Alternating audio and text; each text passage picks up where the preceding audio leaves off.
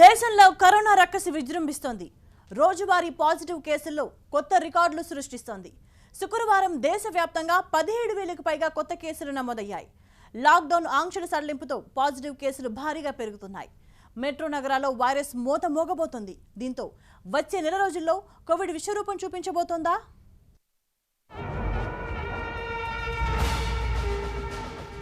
దేశంలో కరోనా కేసుల మోత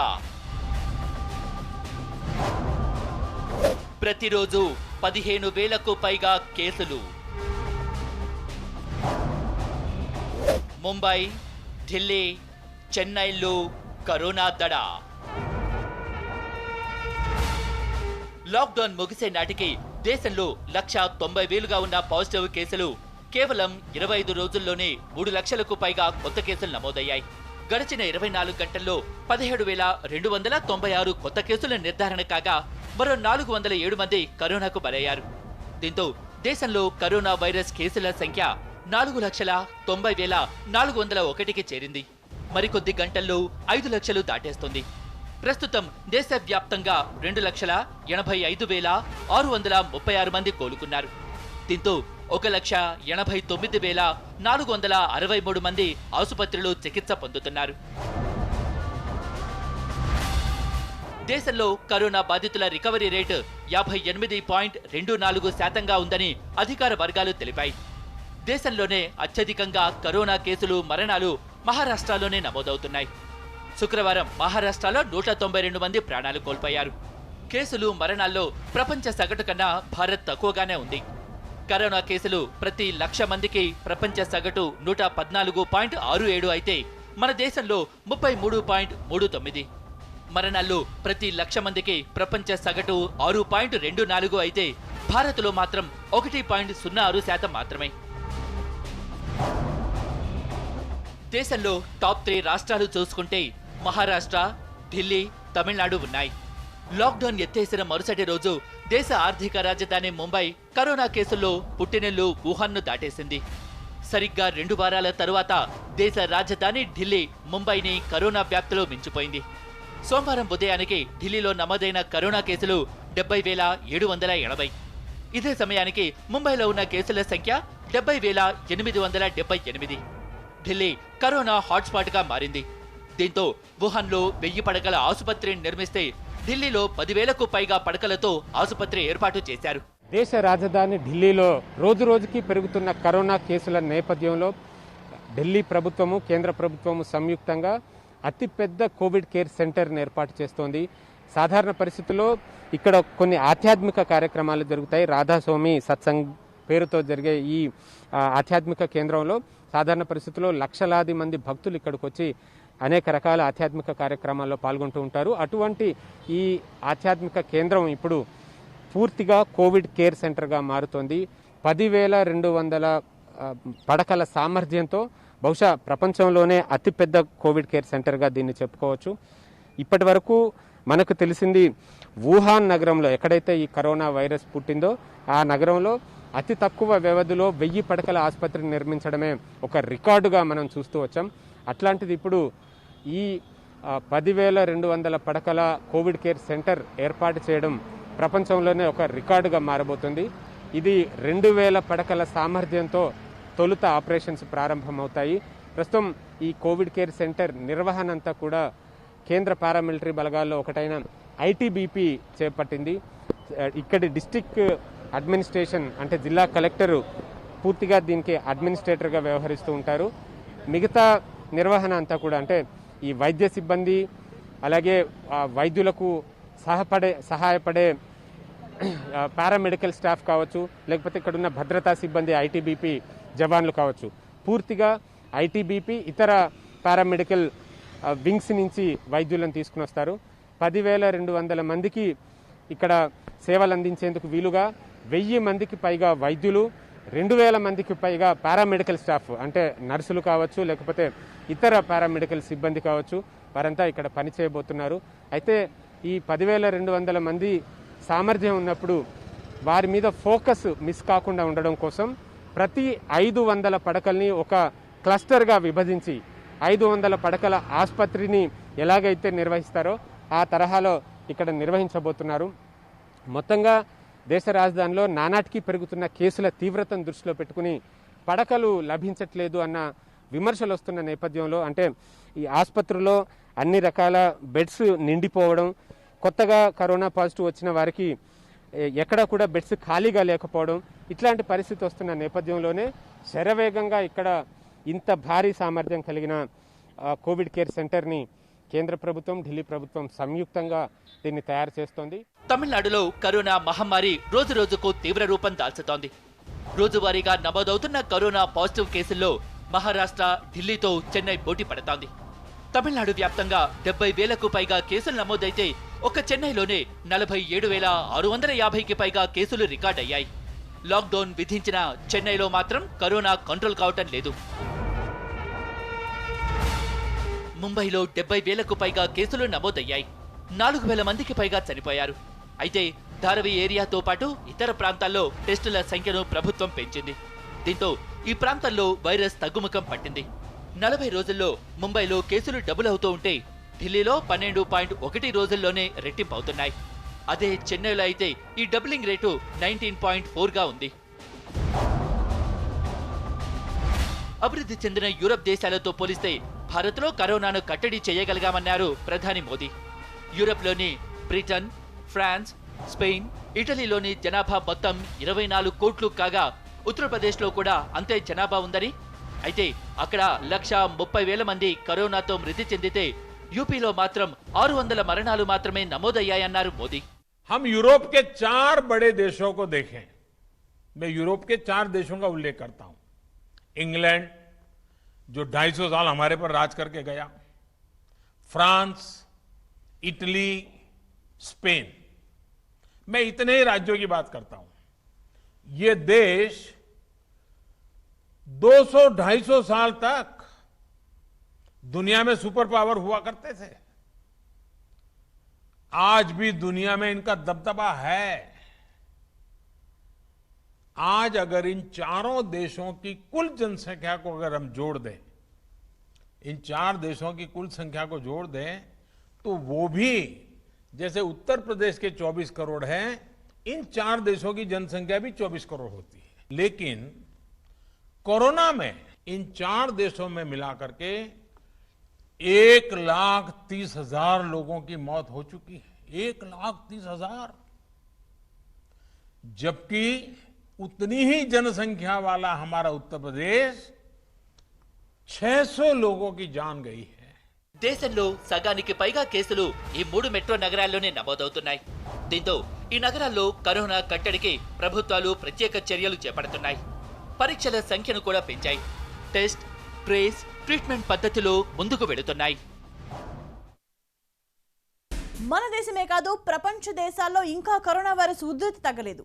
అమెరికాలో తగ్గినట్లే తగ్గి మళ్లీ విజృంభిస్తోంది. మిగతా దేశాలు కూడా లాక్డౌన్ సడలించాయి. దీంతో మళ్లీ ఎక్కడ కేసులు పెరుగుతాయా అనే భయం పట్టుకుంది. యూరోప్ దేశాలు మళ్లీ టూరిస్ట్ ప్లేసులు ఓపెన్ చేస్తున్నాయి.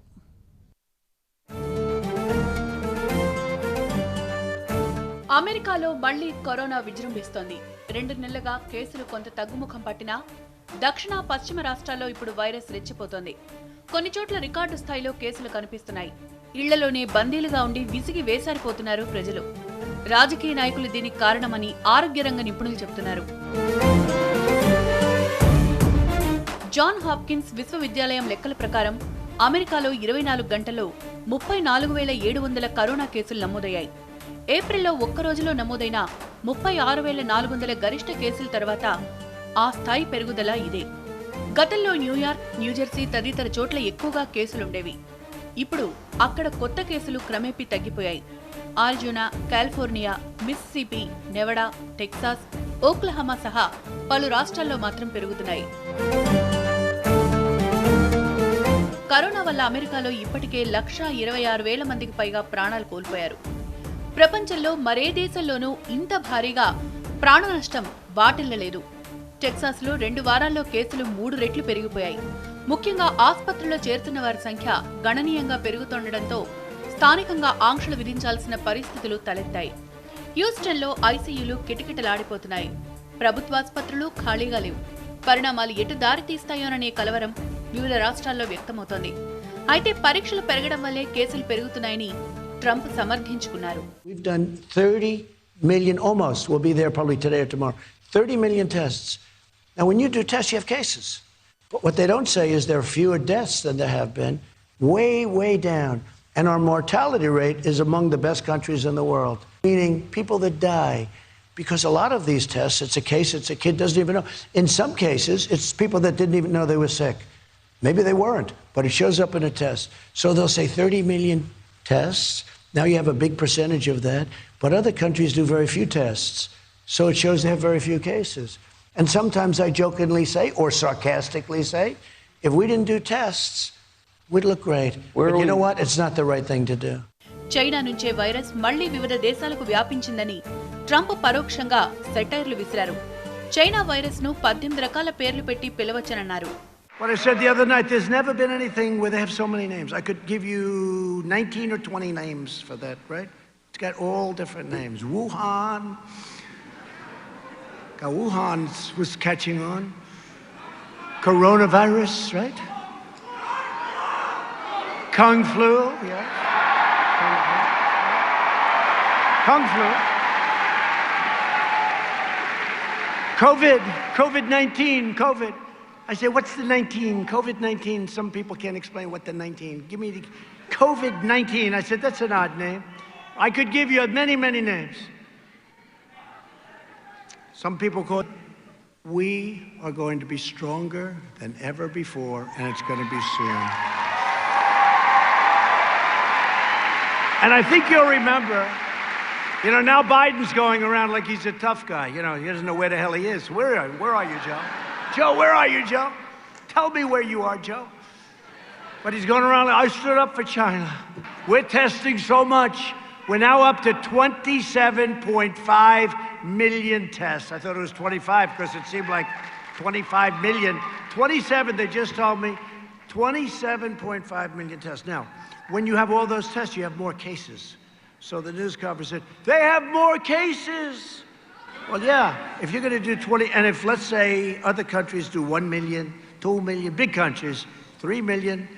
Now, 4 weeks ago, Germany was at 3 million tests. So I don't know what they are now, but I know they're not anywhere near where we are.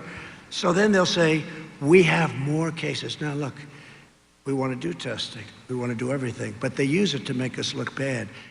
Brazil, రష్యాలోనూ కొత్త కేసులు, మరణాలు పెరిగాయి. అయితే బ్రెజిల్లో లాక్డౌన్ సడలించారు. దీంతో ఒక్కసారిగా బయటకొచ్చిన జనాలు బస్సులు ఎక్కేందుకు పోటీ పడ్డారు. ఇటు అవుట్డోర్ సినిమాలు చూసేందుకు కూడా జనాలు ఎగబడ్డారు. ఆస్ట్రేలియాలోని మెల్బోర్న్ ఇప్పుడు కరోనాకు హాట్ స్పాట్ గా మారడంతో అక్కడ ఇంటింటికి వెళ్లి రోజుకు 1,00,000 మందికి చొప్పున 10 లక్షల మందికి ఉచితంగా పరీక్షలు నిర్వహించనున్నారు. కేసుల ఉధృతి నేపథ్యంలో మళ్లీ ఆంక్షల బాట పట్టాలా వద్దా అనే తర్జన భర్జన పలు దేశాల్లో కనిపిస్తోంది. యూరప్ దేశాలు జూలై 1 నుంచి తమ సరిహద్దులను తెరవనున్నాయి. యూరప్ వెలుపల నుంచి వచ్చే సందర్శకులపై ఆంక్షలు ఎత్తివేయాలని పలు దేశాలు ఆలోచిస్తున్నాయి.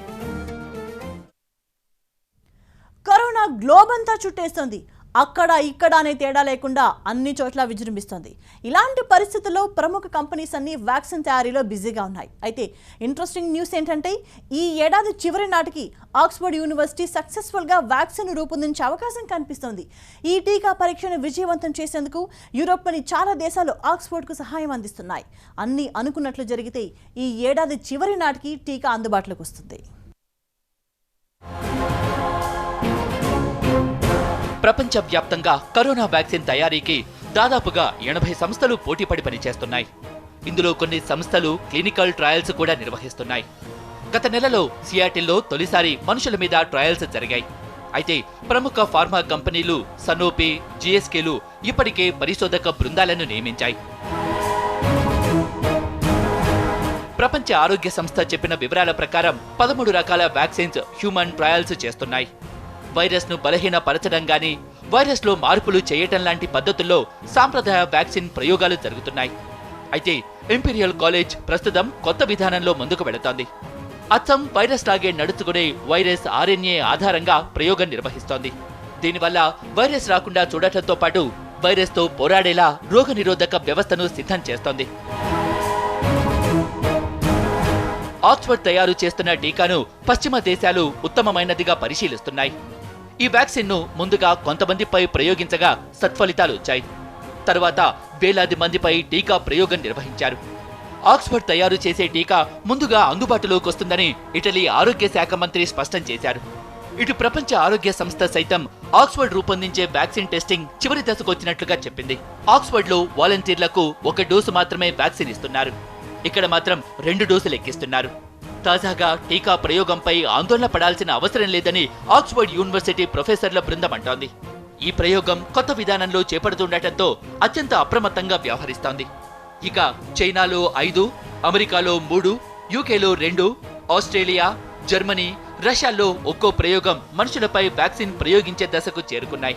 వ్యాక్సిన్ ఇప్పట్లో వచ్చే అవకాశాలు కనిపించకపోవడంతో పరిశోధకులు, వైద్యులు ప్రత్యామ్నాయ మార్గాలపై దృష్టి పెడుతున్నారు. ఈ క్రమంలోనే కరోనాని కట్టడి చేసే మందులను తయారు చేస్తున్నారు. ఇప్పటికే మన దేశంలో కరోనా పేషెంట్లకు రెమ్డెసివిర్ మెడిసిన్ ను ICMR అనుమతితో ఇస్తున్నారు వైద్యులు. మైల్డ్, మోడరేట్ ఉన్న పేషెంట్ కి ఫెవిపిరవిర్ మందులను ఉపయోగిస్తున్నారు. ఇప్పటికే ICMR అనుమతితో ప్లాస్మా ట్రీట్మెంట్ ను ప్రయోగించి ఫలితం సాధించిన వైద్యులు ఈ 2 మందులతో వైరస్ ను కట్టడి చేసేందుకు ప్రయత్నిస్తున్నారు. కరోనా అనే వ్యాధిలో దాదాపు 80 నుంచి 85% మందికి సాధారణమైన సిమ్టమ్స్, కొందరికి లక్షణాలు ఉంటున్నాయి, కొందరికి ఉండట్లేదు. మైల్డ్ మోడరేట్ సిమ్టమ్స్ వరకు మటుకు మనం సిమ్టమాటిక్ మేనేజ్మెంట్ ద్వారా అయితే మనం ట్రీట్మెంట్ ఇస్తున్నాం. ఆ ట్రీట్మెంట్లో చాలామంది కోలుకుంటున్నారు కూడా. అంటే కొందరు హోమ్ ఐసోలేషన్లో కోలుకుంటున్నారు, కొందరికి వైద్యుల పర్యవేక్షణలో కోలుకుంటున్నారు. 15 నుంచి 20% మందిలో మటుకు వాళ్ళకి తీవ్రమైన సమస్యలు, అంటే ఇదివరకు వాళ్ళకున్న గుండె జబ్బు ఉన్న వాళ్ళు కావచ్చు, బీపీ, డయాబెటీస్ ఇలాంటి సమస్యలతో పాటుగా ఇతరత్ర సమస్యలు ఉన్న వాళ్ళు తొందరగా ఈ వ్యాధి నుంచి ఇబ్బందులు పడుతున్న అవకాశం ఉంది. కాబట్టి వాళ్ళకి హాస్పిటల్లో అడ్మిషన్ అవసరం. అడ్మిషన్ ద్వారా ప్రత్యేకమైన ట్రీట్మెంట్ హాస్పిటల్లో ఇవ్వాల్సి ఉంటుంది. అయితే ఇప్పుడు వస్తున్న మందులు చాలా వరకు మైల్డ్ మోడరేట్ సిమ్టమ్స్కే పనిచేస్తాయని కూడా చెప్తున్నారు. ఒక యాంటీవైరల్ డ్రగ్స్ ఏవైతే ఉన్నాయో, ఫావిరాపివిర్ డ్రగ్ కావచ్చు, తర్వాత రెడ్మిసివిర్ డ్రగ్ సంబంధించి రెడ్మిసివిర్ డ్రగ్ సంబంధించి హెట్రో కంపెనీ వాళ్ళు DCA ద్వారా అప్రూవల్ తీసుకోవడం జరిగింది.